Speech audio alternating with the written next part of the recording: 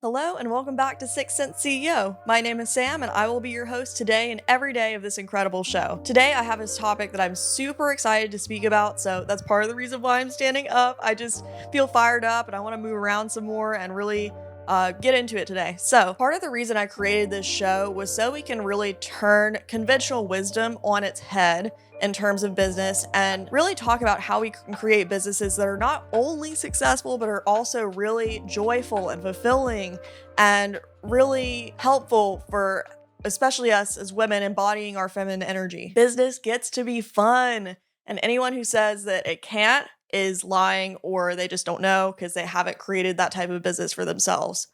Because when I think a lot about like the traditional businessman or businesswoman, you normally think of someone who's very clean cut, very uptight, stressed out all the time. At least that's what I think society paints business owners to be like. And of course, there are very stressful aspects of running a business. It's not all rainbows and butterflies and unicorns, which is what I always say, because there are a lot of things that go on that really take a strong mental fortitude and good conflict resolution skills. But I don't subscribe to the belief that business has to be boring and it has to be stressful every single day and it has to be a complete nightmare, because that's what a lot of people I think believe, and it's just not true. So today I want to dive into a topic that I believe every entrepreneur should strive for, which is designing a business that really helps you create your dream lifestyle and supports the lifestyle that you want to live. You don't have to choose between making money and being happy, because at the end of the day,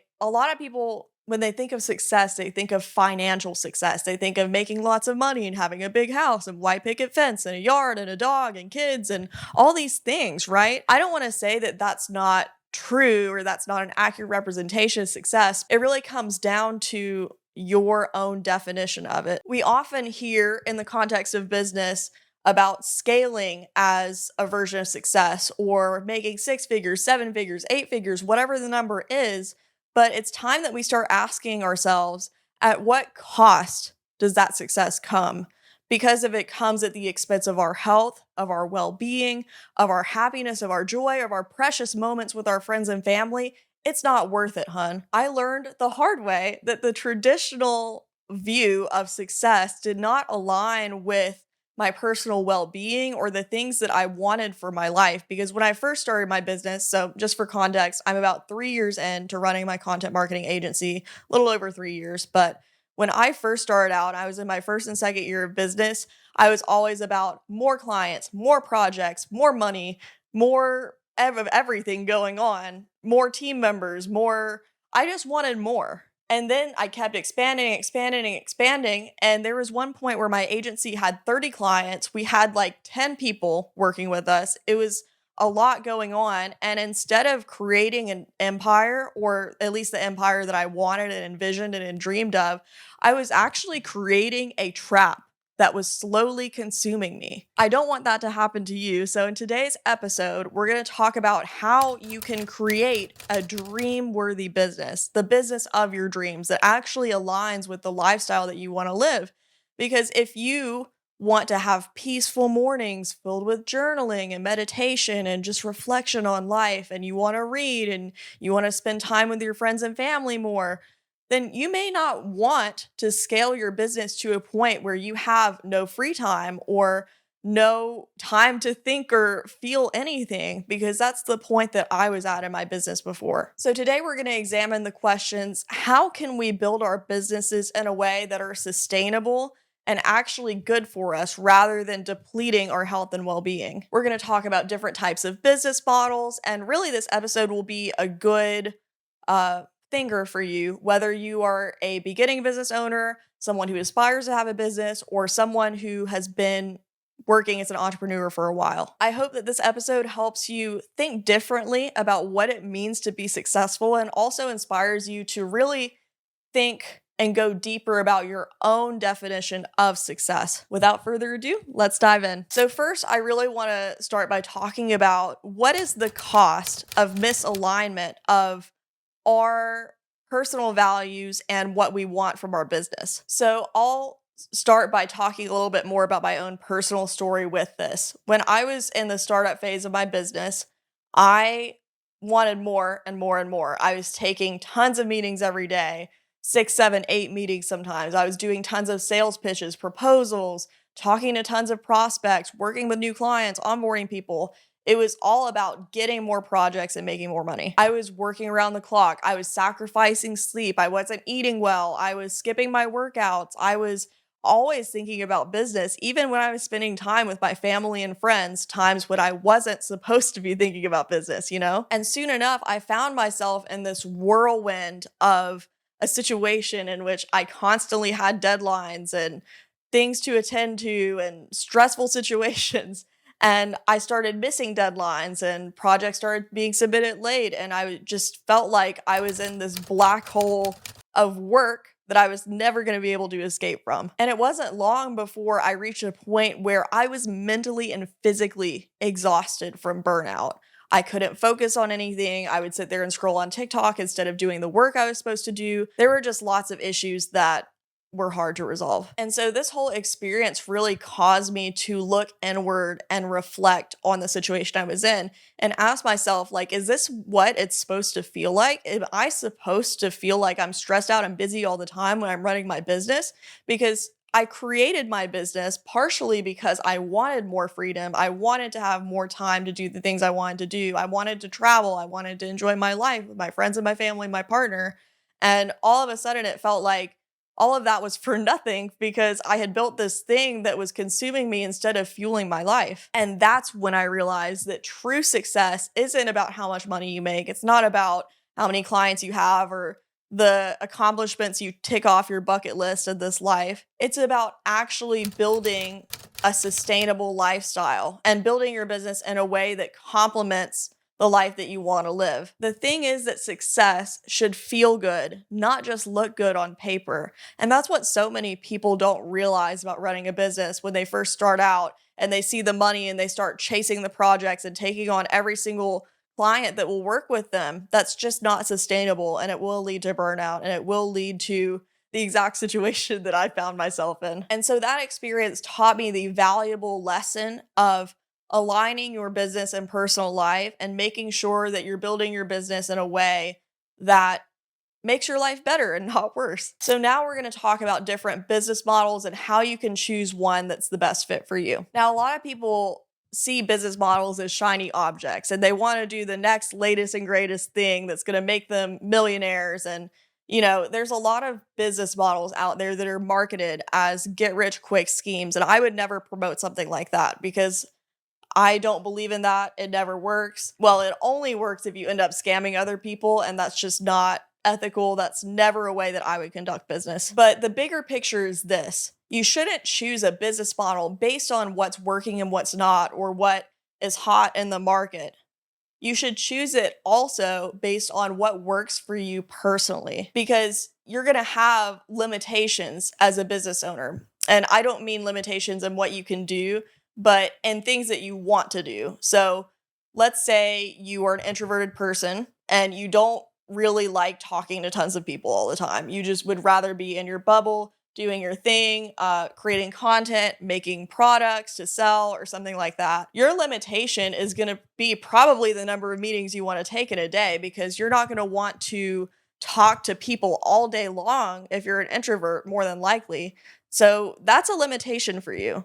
And you want to choose a business model that respects that limitation. You also want to choose a model that really aligns with your strengths. So if you're not so much of a creative person, you may want to do something that involves more of the data analysis or math side of things. And I don't mean this to discourage you from doing something creative. If you want to do it, then you should go for it. But if it's just something that makes you uncomfortable and you don't enjoy being creative, then maybe you don't want to become a content creator, for example. So you need to tailor your business operations to really maximize your strengths and not stress you out as much. And this isn't about avoiding necessary tasks, right? You still got to file your taxes. You still got to do all the necessary things involved with running a business, but this is more about structuring your day-to-day tasks in a way that is going to let you be in your zone of genius, which we talked about 2 episodes ago. And remember, if you simply aren't good at something or you don't want to do it, you feel a lot of resistance to it, that's a sign that you could outsource it, so don't forget that. So let's talk about different business models because each one kind of has different demands in terms of what it's going to ask from you, what you're going to need to do for it.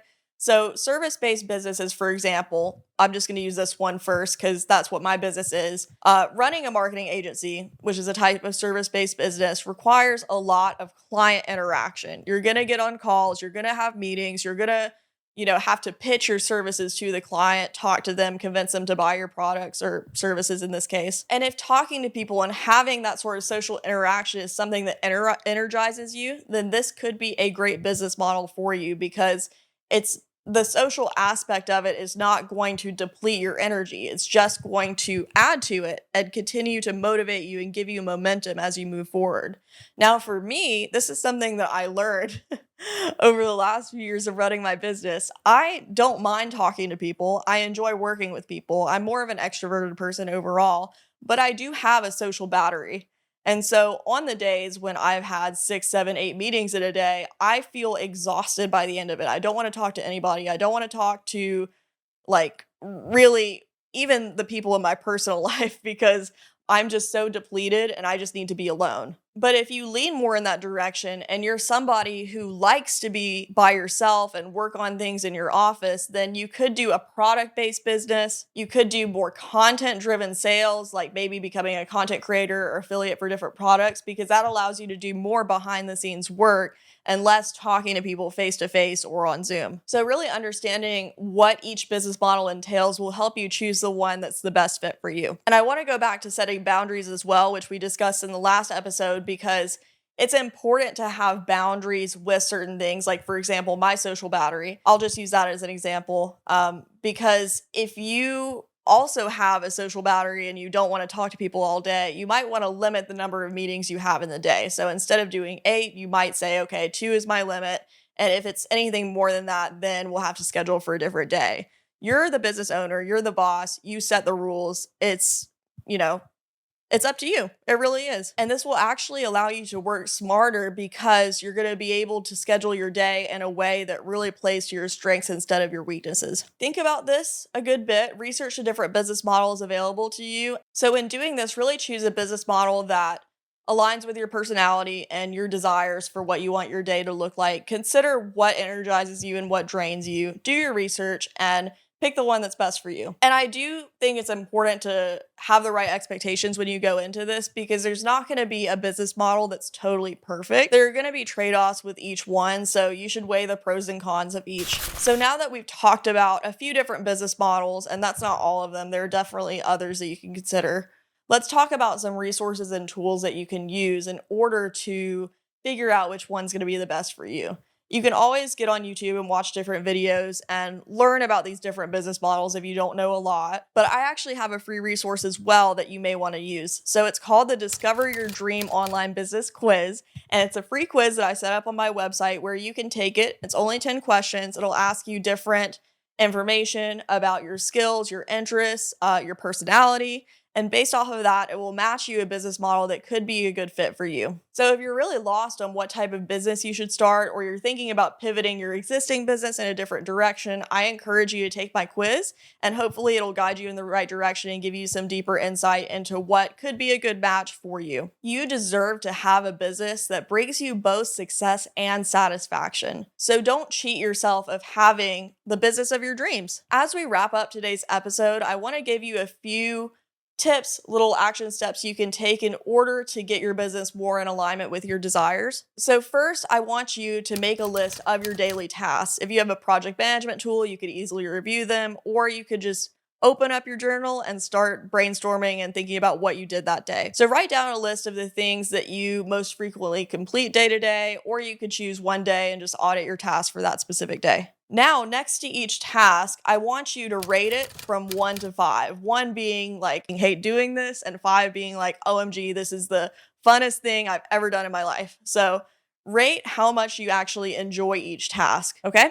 So you're going to do that. And then I want you to do a separate rating for what your skill level is for that task.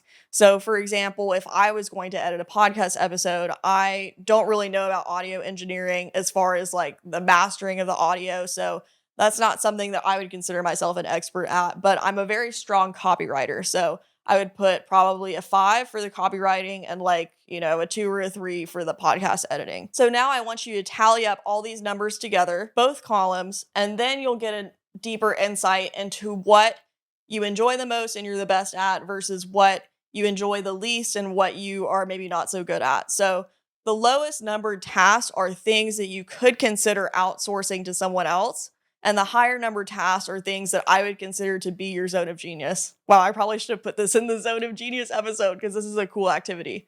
But it'll help you really define what your dream business would look like and structure your day in a way that is fulfilling and exciting and fun for you. And I also want to encourage you to consider strategic planning. You want to structure your business for long-term success, not just getting through today or tomorrow or this week. So you want to build a business model that's not going to burn you out and is going to be sustainable and continue to grow over time. So think about that as well. I can already tell you if you're doing a service-based business, you need to be really mindful of your profit margins. And I'm just speaking to this one because it's the business that I have. But as you bring on more clients, you're likely going to have to hire more talent in order to work with those clients as you scale up. So you want to keep that in mind and make sure that your prices are reflecting the work that you're doing and you're able to maintain a good profit margin from having the people working on stuff and also charging the client for that specific project or task. That would actually make a good episode of The Future is talking all about revenue versus profit. So maybe I'll add that to the list. Let me know what you think in the comments below if you're watching on YouTube. And you're also welcome to DM me on Instagram if you have any ideas or thoughts you want to share about this episode. So today we've really talked about how to build a successful business that is thriving in the market, but also helping you thrive in your personal life. Remember, you do not have to define success by your professional achievements or the amount of money that you make. Money is a resource to help you live a better life and make an impact in the world. That's it. That doesn't have to be your only indicator of success. Your personal happiness should be factored into your definition of success, in my honest opinion. But you have the power to define success on your own terms. So start taking some steps today to build the business that you've always dreamed of. So I left the link to the Discover Your Dream online business quiz here in the show notes or in the YouTube description if you find it there. So definitely go check it out if you want to gain some clarity on the type of business model you want to have. I would love to hear how this helps you in your journey, so feel free to share it with anyone who you think would find it helpful. DM me on Instagram, let me know what you thought. And I invite you to subscribe to this podcast here on YouTube or on Apple Podcasts or Spotify to continue to learn how you can enhance your entrepreneurial experience and grow your business. Thank you for tuning in, and always remember that your intuition is your best business advisor. Talk to you next week.